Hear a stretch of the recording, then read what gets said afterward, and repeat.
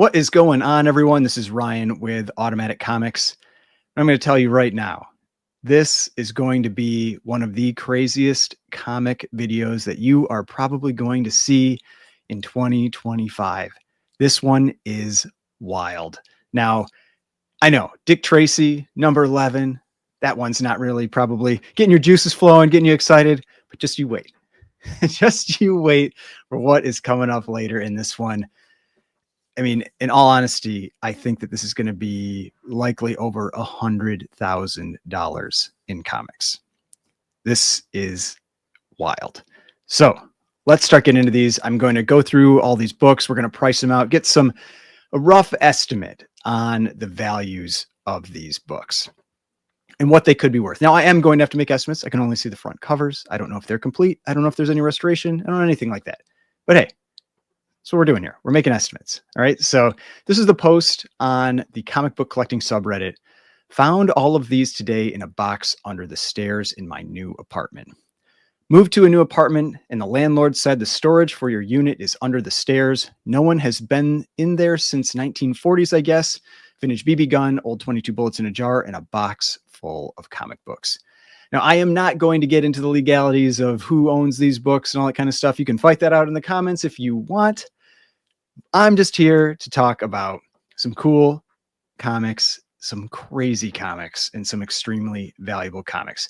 Now, there isn't like an Action 1 or anything like that in there. That'd be a lot more than $100,000.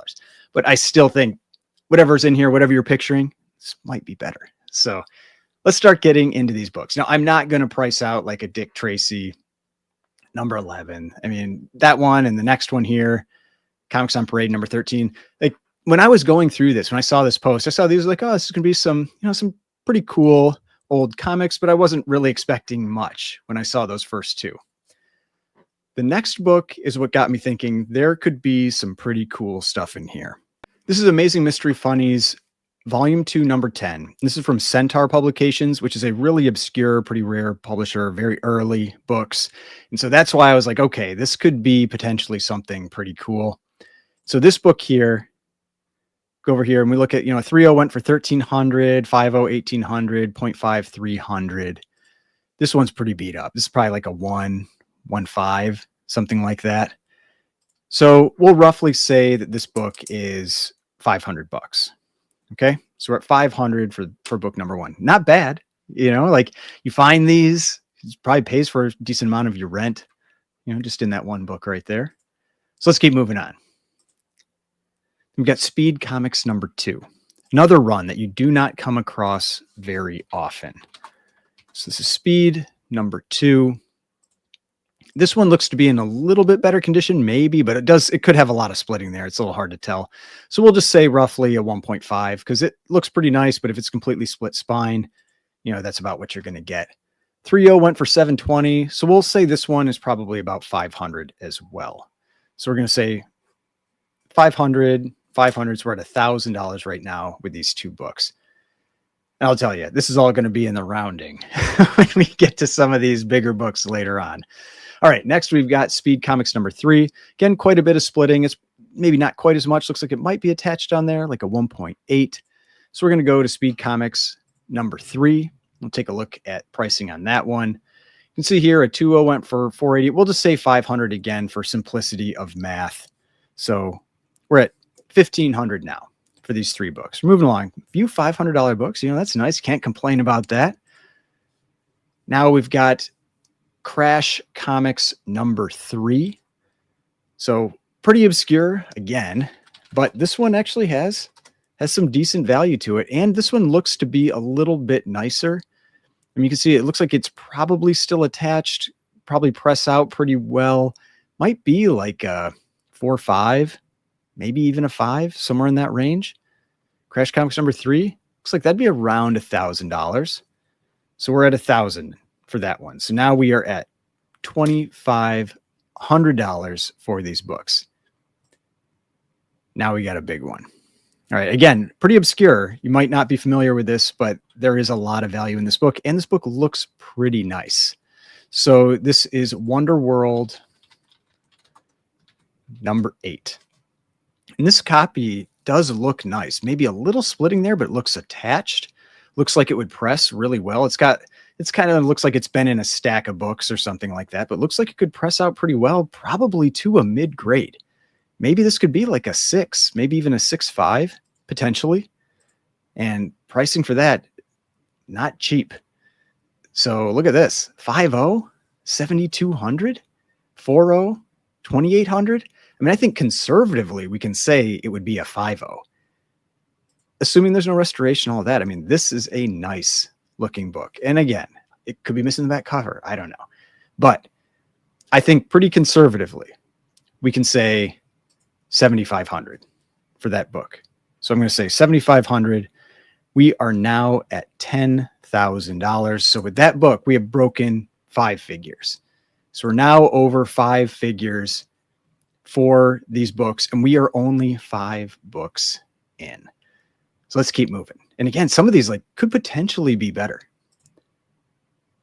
This one, More Fun, number 50. This was really cool to see. This is a rare book. Again, this is from that, it's like 1939. Almost all these books are that time period.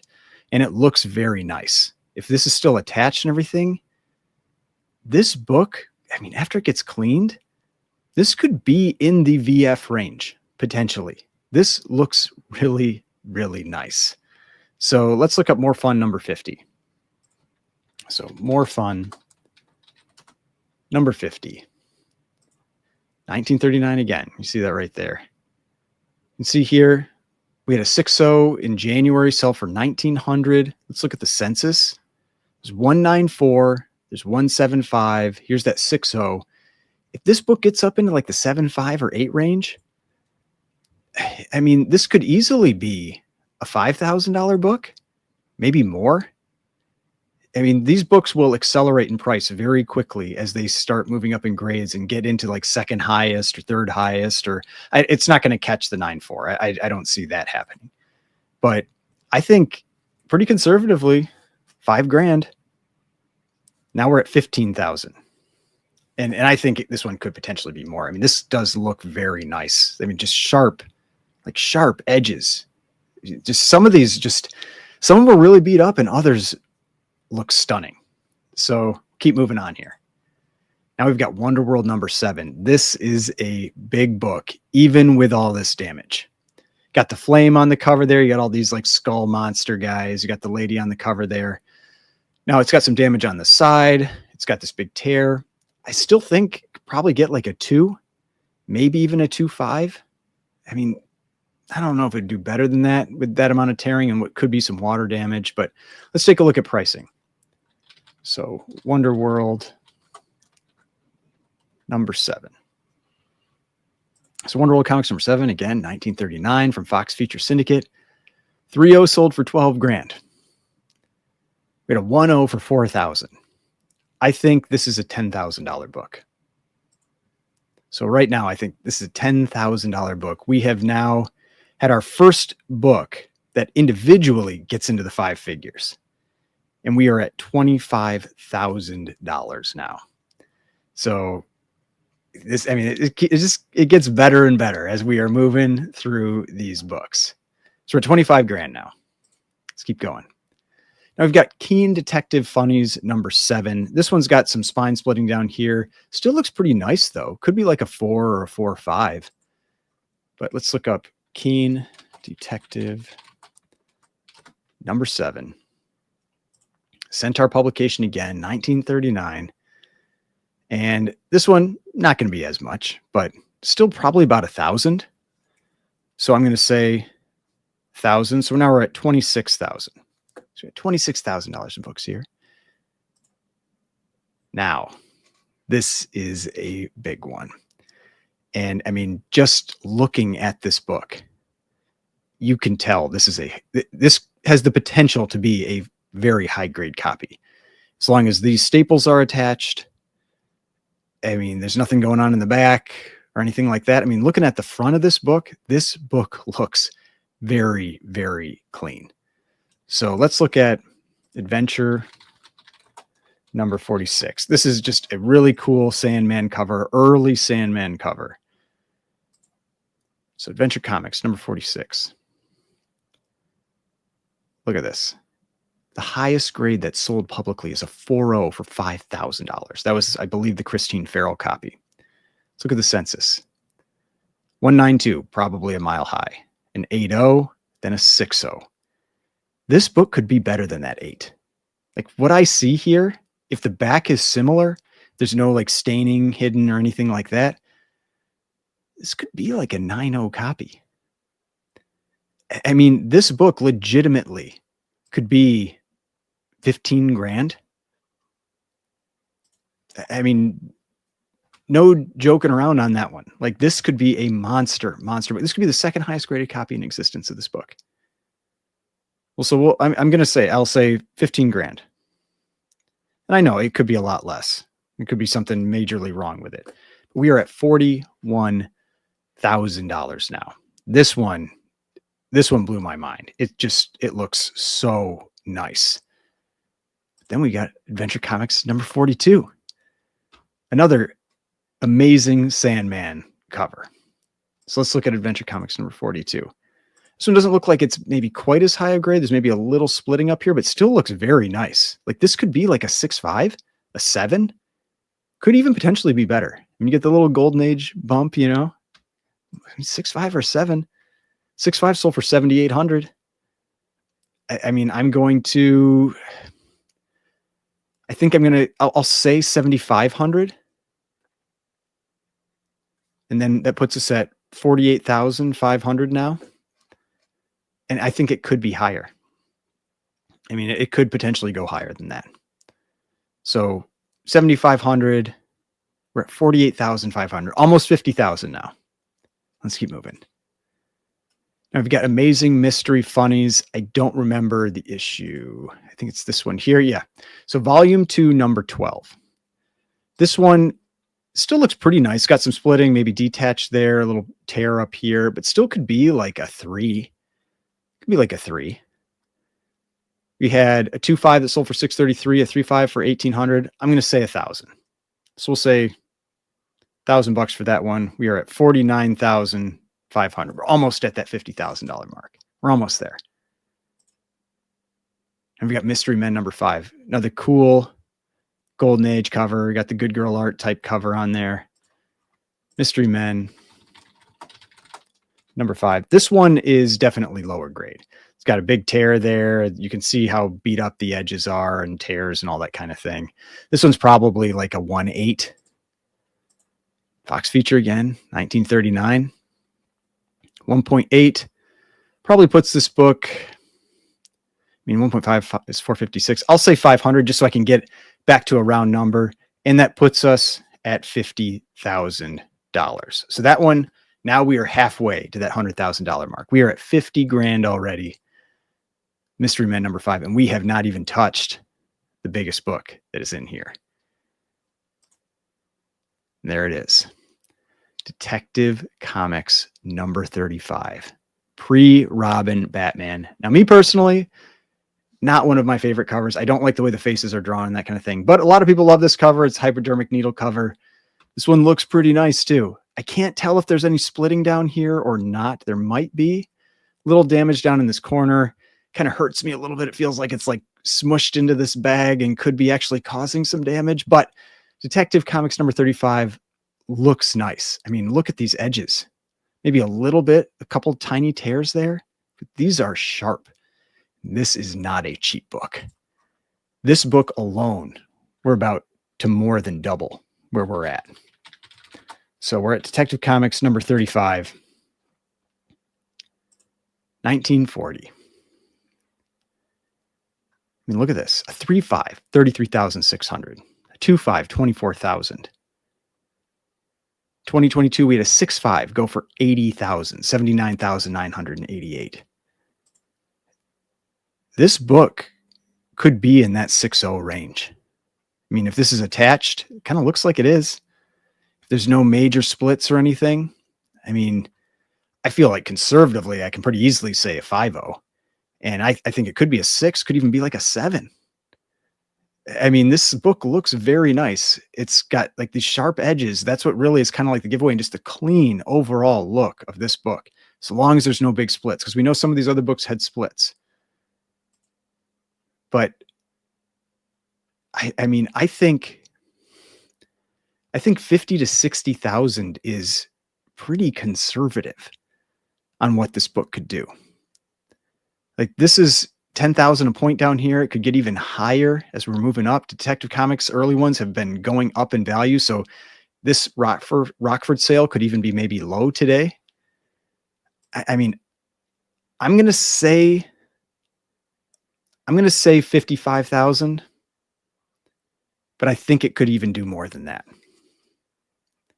As long as everything is there, and the back cover looks like the front.